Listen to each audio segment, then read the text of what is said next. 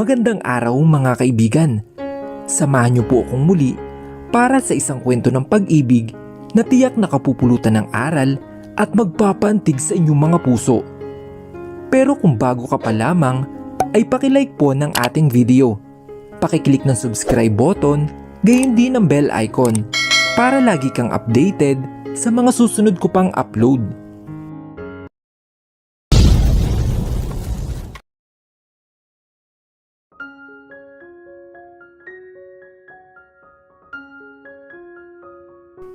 Inayos ni Gabriel ang kanyang sarili.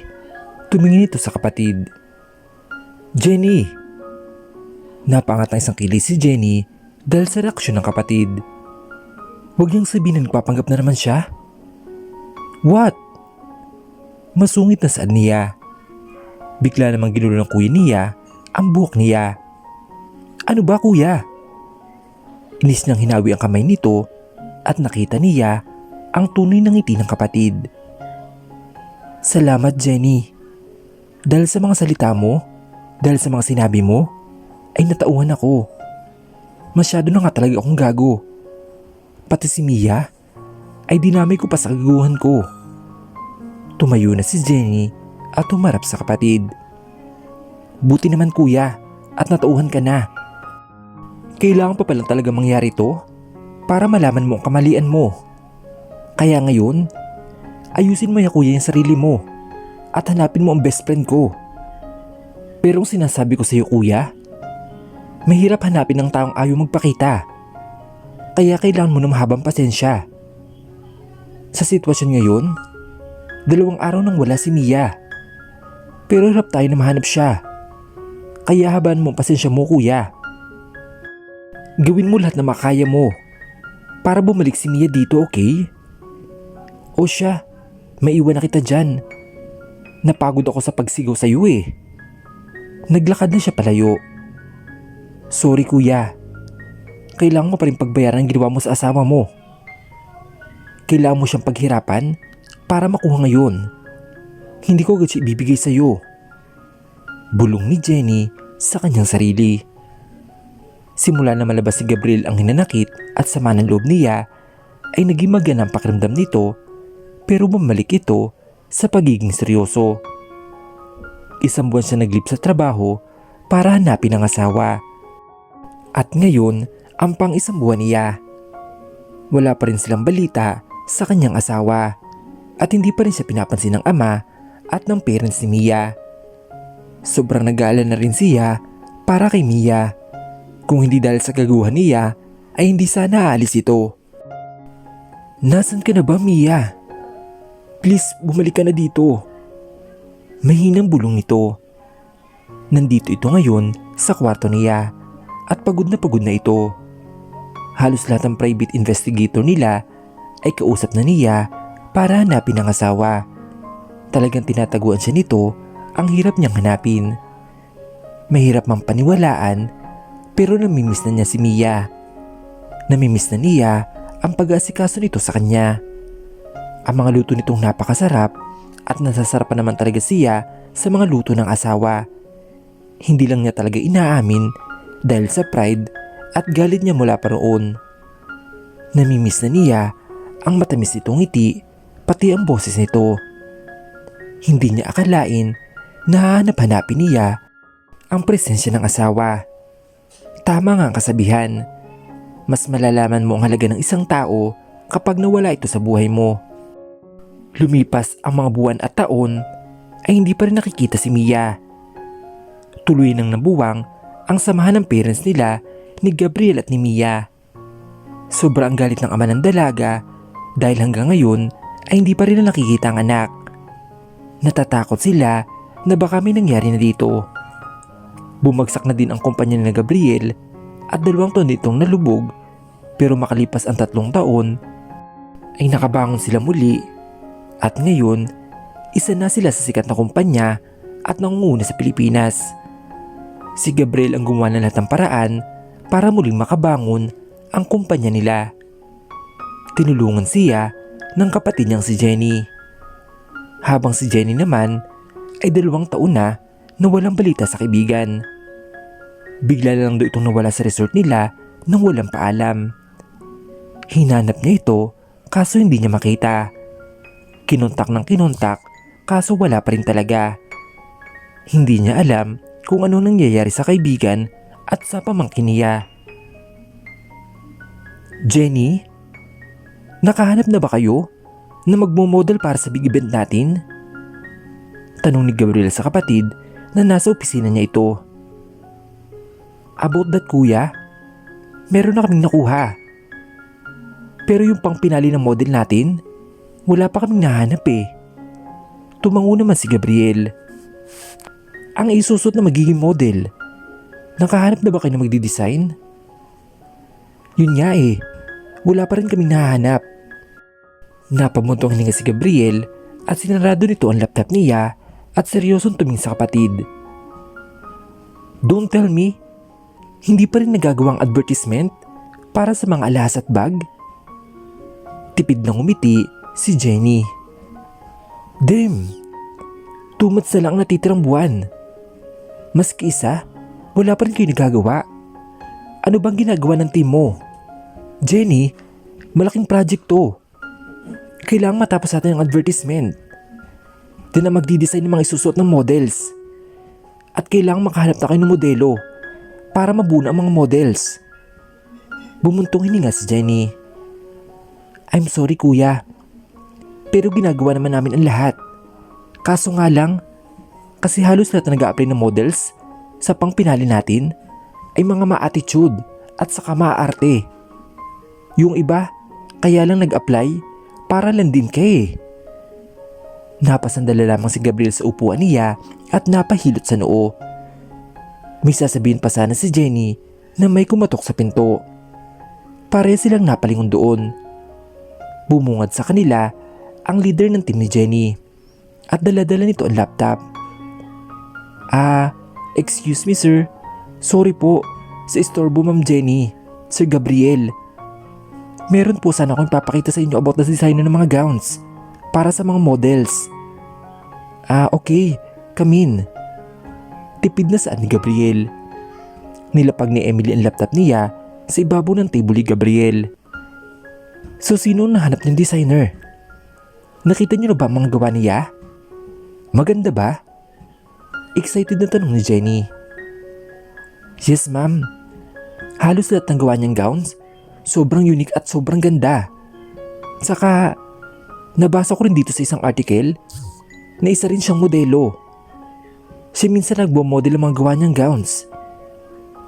Nabasa ko rin po dito na sikat sila at marami nagpapagawa ng gowns dito at kinukuha itong model. Malakas ang hatak ng designer na to sa mga tao at bagay na bagay siya sa pang pinali natin ng model at magiging designer ng mga gowns. Biglang nabuhay ng loob si Gabriel at Jenny dahil sa kanilang narinig. Pwede ko bang makita ang sinasabi mong designer at model? Tanong ni Gabriel. Mabilis namang hinarap ni Emily ang laptop sa boss niya. Nang makita ni Gabriel ang sinasabi ni Emily ay napakunotno siya. Seriously? Hindi makapiwalang saan ni Jenny at sinilipin kasi nito ang tinitingnan ng kapatid. Bakit nakamas siya? Tanong ni Jenny. Nakamas ang babaeng tinitingnan nila at labi at mata lang ang nakikita dito. Maputi ang babaeng nasa larawan at mahaba ang buhok nito na kulay ash brown. Napakaganda ng katawan nito at kitang-kita sa pit nitong suot na gown. Sigurado ka ba na sikat ang babaeng yan? Baka kaya nakamas dahil pangit? Napasimangot si Jenny dahil sa tinuro ng kapatid. Nagsisimula naman ito na maging mapanlait. Yes sir, sabi ng iba. Kaya nakamas pong babaeng nasa larawan? Dahil ayaw nitong mapagkagulan siya. Dati naman daw po, yung designer pa lang ito, hindi po siya nagmamask. Tsaka, lagi daw po ito nakakulong sa opisina niya. Bale nakakita pa lang daw po ng mukha nito ay ang mga staff niya. Nagsimula lang daw po ito magsuot ng mask nang imodel na daw po nito ang kanyang mga designs. At ayaw daw po kasi niya magulo ang pribado nitong buhay. Gusto pa rin daw po nito nakakalabas siya na hindi pinagkakagulo ng tao. Pero ang sabi-sabi ng iba, sobrang ganda daw po niya. At hindi lang po yun ha. Magaling na nga po siyang designer at magaling din po siyang model. Mahabang paliwanag ni Emily. Tumangutango naman ang dalawang magkapatid. Wow! Kakaibang babaeng to ah. Saad ni Jenny. Interesting naman. Okay Jenny, contact her. Siya ang gawin yung designer ng gowns natin. At siya na rin ang gawing pampinali na model. Napamaang si Jenny sa huling saad nito. Talaga kuya? Siya ang gagawing pampinali? Kahit hindi pa natin nakikita ang mukha niya? Why not? Katulad nga na sinabi ni Emily, malakas ang hatak nito sa tao. Saka sa nakita ko sa picture, maganda ang katawan nito. Pang modelo talaga. Bag sa talas ay model niya. Kaya okay lang, ipindikit ang mukha niya.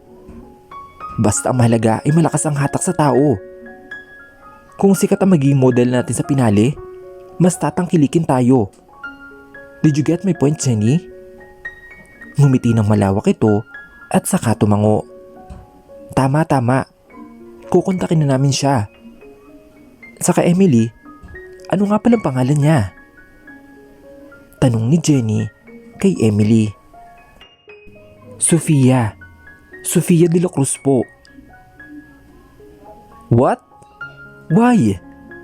Bakit hindi siya pumayag? Ginawa niyo ba lahat?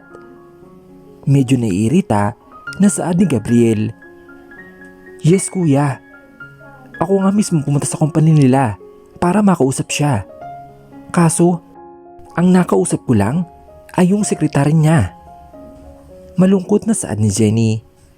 Excited pa naman siya dahil nakapili na sila ng model para sa event ng company at magiging designer. Damn! Bakit hindi niya tinanggap? Bakit hindi siya pumayag na maging model at designer? Malaki naman ay babayad natin sa kanya. Hindi ko rin alam kuya eh. Ang sabi na ibang nakausap ko doon, wala naman daw silang ibang project ngayon. Maluwag ang gawain nila. Kaya nagtataka ako. Tapos, sabi ko nga sa sekretarya niya kung pwede akong kumausap. Kaso ayaw talaga. Kaya bumalik na lang ako dito sa kumpanya. Paano yan kuya? Hahanap na lang ulit tayo ng iba? Napahilot sa noo si Gabriel at akala niya ay magiging ayos na ang lahat kapag nakahanap sila ng model at magiging designer. Akala niya ay madali lang makakusap ang dalagang iyon pero hindi pala. Halos lahat naman ay in-offer na nila para pumayag ito. Malaki talaga ang magiging hatak ni Sofia de la Cruz sa mga tao. Siguradong dudumugin sila ng mga tao, lalo na ng mga investors. No, hindi tayo titigil. Gagawa ako ng paraan para pumayag si Sofia de la Cruz na maging model at designer sa darating nating event. Determinadong saad ni Gabriel at hindi niya pakakawalan ang malaking oportunidad na ito. What? How could that happen? Hindi makapaniwala na saad ng dalaga. Hindi ko po alam, Ma'am Sophia. Basta lang po nag-back out ang ibang clients natin. Napasandala lamang supuan si Sophia. 10 malalaking clients ang nag-back out sa kanila. Malaking kawalan ito sa kumpanya niya.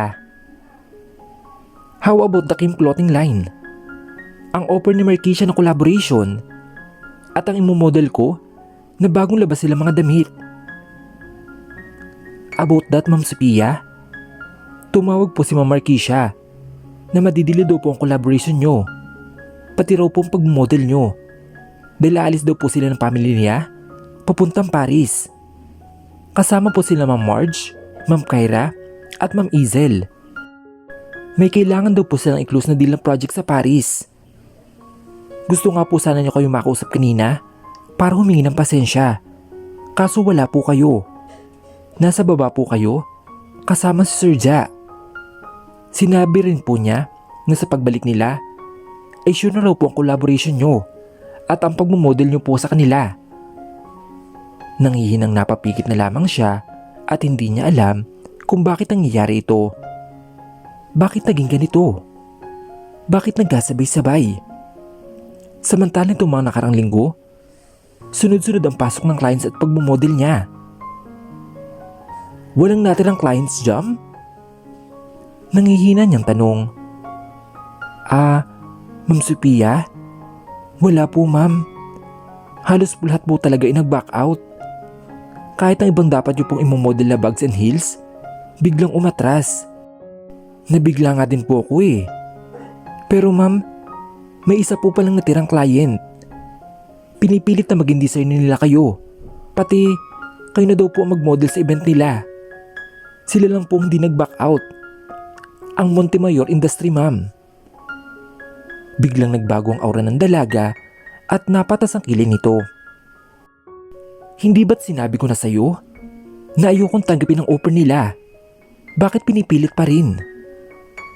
Naiinis niyang saad at bakit nagpupumilit ang kumpanyang iyon.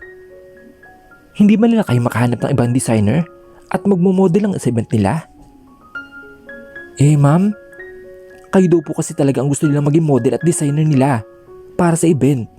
At saka, mas malaki nga pong offer nila. Mas triple po ang ibabayad sa inyo. Kung titingnan, ma'am, kung sakaling tanggapin niyo po ang offer nila, bawi na po kayo sa 10 clients na nag-back out. Mas lalo rin po kayo makikilala at masisikat po ang kumpanya natin. Tama si Jam. Malaking kumpanya ang Montemayor Industry. Kilalang kilala sila sa buong Pilipinas. Malaki talaga ang balik sa kanila kapag pumayag siya sa offer ng mga ito. Ang kaso, hindi niya gusto na makakatrabaho ang boss nito.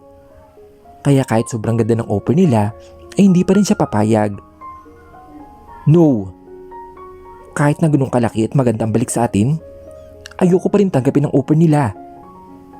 Maghanap na lang tayo ng ibang clients. Pagmamatigas niya. Hindi niya talaga gusto na makatrabaho ang boss ng Montemayor Industry. Nangihinayang na tumango na lang ang sekretary niya. Sayang ang offer ng mga ito at malaking bagay ito sa kumpanya nila. Makalipas ang ilang linggo ay nagtataka pa rin sila kung bakit walang clients sa dumarating. Gosh! Ano bang nangyayari? Bakit walang clients sa dumarating? Stress na si Sophia. Ngayon lang talaga ito nangyari sa kumpanya nila. Binalingan niya isang folder. Mukhang alam na niya ang nangyayari dito. May kagagawan ang CEO ng Montemayor Industry. Nagsimula lang ang lahat nung nag-offer ito ng trabaho para sa kaniya. Talagang gagawin namang ito para pumayag siya sa gusto nila. Well, sige, pagbibigyan ko siya. Total bigay naman. Makikinabang naman ang business niya dito. Nainis niyang kinuha ang telepono para tawagan ang sekretarya. Hello, Jam? Sabihin mo sa Montemayor Industry na pumapayag na ako at tatanggapin ko ang offer nila. Mukhang no choice ka, Sophia. Kailangan mong tanggapin ang offer nila para bumalik sa dati ang takbo ng business mo. Huwag mong sayangin ang pinaghirapan mo. Isang trabaho lang naman, then okay na. Pagkukumbinsi nito sa kanyang sarili. Binalingan niya ang folder at binasa ang laman nito. Habang busy sa folder ay may pumasok sa opisina niya. Umangat ang tingin niya para tingnan kung sinong pumasok dito. Hey! Bati nito sa kanya. Bigla naman siyang napangiti na makita ang binata. Aaron? Akala ko ba nasa Cebu kayo? Anong ginagawa mo dito? Lumapit ito sa kanya para gawaran siya ng halik sa noo. Well, nabalitaan ko kasi anong nangyayari. Biglang nag-iba ang mood ni Sophia. Don't worry. Babalik na rin sa dati ang lahat. Pumayag ka? Napatigil siya at napabuntong hininga. Wala akong choice. Ginawa ko ang lahat ng 1 linggo, pero sobrang ipit ako. Ramdam ko na sila ang may kagagawan dito. Sobrang ipit ako sa client and investors, pati ang pag-model ko. Masyado na nagtatakang staff namin. Tingin ng iba ay nalulugi na tayo. Ngumiti sa kanyang binata. Actually, kaya pumunta ako dito para kumbinsi ka na tanggapin ang trabaho. Pero hindi ko na pala kailangan gawin dahil nakapag-decision ka na, Sofia. Be professional lang, okay? Huwag mo lang siyang pansinin. Focus on your business. Remember, nakamas ka naman at hindi ka makikilala ng ex-husband mo. Hindi lang iyon. Ibang-iba ka na sa dating Mia. Ikaw na ngayon si Sofia, ang babaeng palaban at walang inuurungan. Hindi makapaniwala si Sofia sa sinabi ni Aaron. Pero kalaunan ay bumuntong hininga ito. Tama ang sinabi nito. Tamang hindi na siya ang dating si Sofia Rivera. Siya na ngayon si Sofia de la Cruz. Trabaho niya ito at dapat hindi niya tinatanggihan. Hindi siya pwedeng magtago na magtago at pare silang nasa industriyang ito, kaya hindi malabo na magtagpo talaga ang landas nila. Hindi naman siya kilala namang ito at talagang kailangan lang siya sa event at kailangan din niya para sa business niya. Tama ka, Aaron. Kaso ang iniisip ko, kapag si Jenny nakikita sa akin, imposibleng hindi niyo ako makikilala. O sabihin na natin na baka makaramdam yun. Malakas ang radar ng kaibigan ko pagdating sa akin. At isa pa, paano ko siya harapin sa ginawa ko? Umalis ako nang walang paalam. Umalis ako na hindi mo lang nagsabi sa kanya kung saan ako pupunta. Natatakot ako na baka sobrang sama ng loob niya sa akin. Hindi ko man lang pinahalagaan ang ginawa niyang pagtulong sa akin noon. Malungkot na saan niya. Hindi niya pa rin kayang harapin ang kanyang kaibigan. Para sa kanya, sobrang laking kasalanan ang ginawa niya dito. Huwag kang mag-isip ng ganyan, Sophia. Hindi magtatanim ng galit sa si Jenny. Siguro magtatampo, pero galit? Naku, imposible yun. Alam niyang ginawa mo lang yun para sa pag-unlad ng iyong sarili. Saka, kaya ka lang naman lumayo na hindi sinabi sa kanya dahil nabalitaan natin na masyado na silang close ng kapatid niya. Baka sa sobrang galak niya at sa sobrang close na nila ni Gabriel ay masabi niya kung nasan ka. Kung nasan kayong dalawa ni Kelia. Ayaw mo lang magulo ka naman ni Gabriel. Kausapin mo lang si Jenny at maintindihan niya yun, okay? Huwag ka na mag-alala, Sophia. Sana nga hindi galit sa kanyang kaibigan. Sana nga ay nagtatampo lang ito. Tama ka, Aaron. Anyway, nasan pala si Kelia?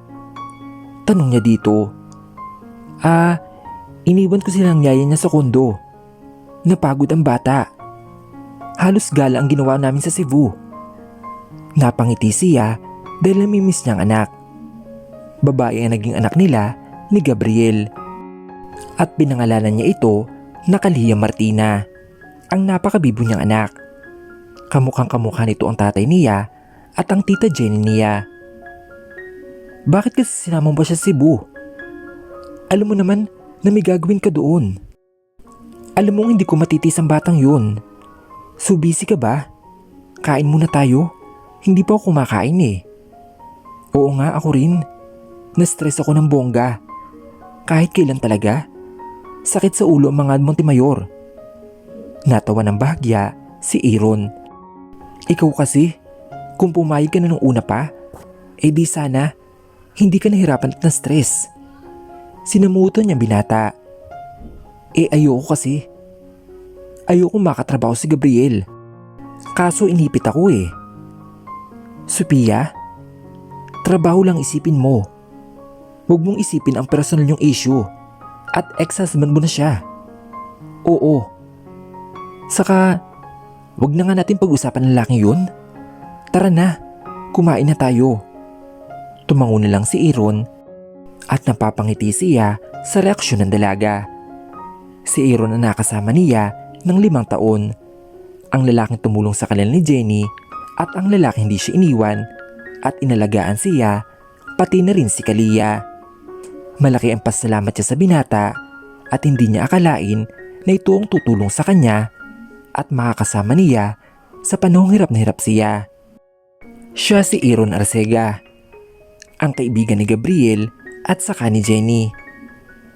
Malawak ang ngiti ni Gabriel nang sabihin ni Jenny na pumayag nito sa offer nila. Tumawag daw ang sekretary nito at sinabing tinatanggap na ng boss nila ang offer nila. Kailangan pang gumalaw siya bago ito bumayag sa kanila. Masyado nitong pinahirapan ang kanyang sarili. Anong ginawa mo, kuya? Paano mo napapayag si Sophia de la Cruz? Hindi pa rin makapaniwala si Jenny na pumayag na ang gusto nila na maging model at designer para sa event nila. I told you, Jenny, gagawa ko ng paraan para pumayag siya. At wag mo nang alamin kung anong ginawa ko. Ang mahalaga ay pumayag siya. Ngayon ang gawin nyo ay ayusin nyo na dapat ayusin. Dahil bukas na bukas ay pupunta na si Sophia de la Cruz dito. Pag-uusap ang design niyang gowns at kung ano imomodel niya. Tumango si Jenny. Hindi na niya kinulit ang kapatid. Ang importante ay napapayag nila ang dalaga. Kinabukasan ay naganda na sila. Emily, ano? Nasaan ang iba? Padating na si Miss Sophia. Natatarangtang saad ni Jenny. Nasa conference room na ang kuya niya, pero ang ibang board ay wala pa rin at ang iba pang team niya. Pababa na sila, Ma'am Jenny. Tara na po. Mauna na po tayo doon. Para kung sakaling dumating na sila Ma'am Sophia, ay may sasalubong sa kanila. Tumango naman ito. We're here, ma'am. Saad ng sekretary ni Sophia. Inayos na niya ang kanyang suot na mask. Bumuntong hininga siya. Kaya mo yan, Sophia. Act like you didn't know him. Trabahong pinunta mo dito. Let's go, Jam. Lumabas ang driver nila para pagbuksan siya ng pinto at bumaba na rin ang sekretara niya. Pinagmasdan niya ang labas ng Montemayor Industry. Sobrang laki nito. Naglakad na sila papasok sa building. Yumuko ang mga guard at hinayaan sila makapasok sa loob. Hindi nila kailangang pang sabihin kung sino sila. Dahil sa mas pa lang na suot niya ay kilalang kilala na siya. Lahat ng makakasalubong nila ay mangha-mangha. Dahil ang misteryosong modelo at designer sa bansa ay nasa kumpanya nila. May nag-assist kila Sophia patungo sa VIP elevator. Napataas siya ng kilay. Para sa CEO lang ang elevator na to. Bakit dito sila dilan ng lalaki? Wait. Bakit nasa CEO elevator tayo? Hindi ba pwedeng sa ibang elevator na lang? Seryoso niyang saad. Ngumiti ng matamis ang lalaki na kasama nila. Ma'am, utos po ito ni Sir Gabriel. Nang marinig ni Sophia ang pangalan ng lalaki, ay napaismid na lang siya. Masyadong papansin ng amo nila at pa-VIP pa. Walang gana siyang pumasok sa VIP elevator. Nang bumukas ang elevator at halos lahat ng employee napatigil sa kanilang ginagawa. Binati siya at ngumiti naman siya sa mga ito. Habang papalapit sila sa opisina ni Gabriel, ay bumukas ang isang pinto na malapit sa kanila at niluwa noon ang best friend niya. Hindi niya alam ang mararamdaman na makitang niya muli ang dalaga. Marami ang nagbago sa itsura ng kaibigan. Mas lalo itong gumanda. Gusto niya itong yakapin at humingi ng tawad sa ginawa niyang pag-alis. Kaso pinigilan niya ang kanyang sarili. Hindi pa ito ang tamang panahon. Tatapusin muna niya ang trabaho niya dito bago siya makipag-usap sa kanyang kaibigan.